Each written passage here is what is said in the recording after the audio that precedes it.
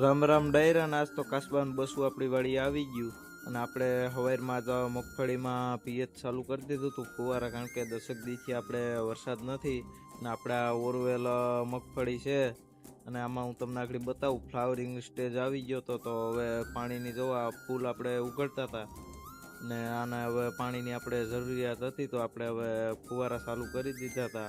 અને ભાઈ ઘડીક વાર થયું તા તો કાળું ડિબાંગ વાતાવરણ હતું પણ વાદળા ઉપરથી વયા જાય ભાઈ, આગળ કંઈ વરસાદ બેક સાટા ખરે બાકી વરસતો નથી.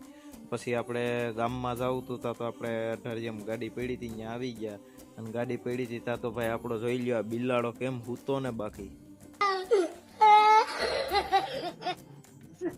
અને ભાઈ આ બિલાડો જો ભર નીંદરમાં હું તો કાંઈ ઘટે બાકી. અને પછી આપણે નીકળી ગયા હતા ગામ બાજુ, કારણ કે આપણે થોડીક ગામમાંથી ખરીદી કરવાની હતી અને થોડુંક કામ કરવાનું હતું તો આવો નજારો હતો.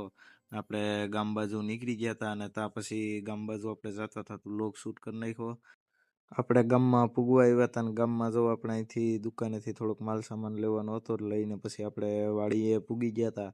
અને આપણે ભાઈ વાડીએ આવ્યા હતા તો જો આવો કંઈક નજારો હતો આપણે વડલા હેઠે, અને આવતા તો આપણા ફરિયામાં જોવા કાસબાનું બસું જોવા મળી ગયું. હવે એ આમ ક્યાંકથી એક વરસાદ થયો એટલે આવ્યું છે જો હાવ નાનું મિત્રો, તો આ કાસબાનું બસું આપણી વાડીએ જોવા મળી ગયું હતું.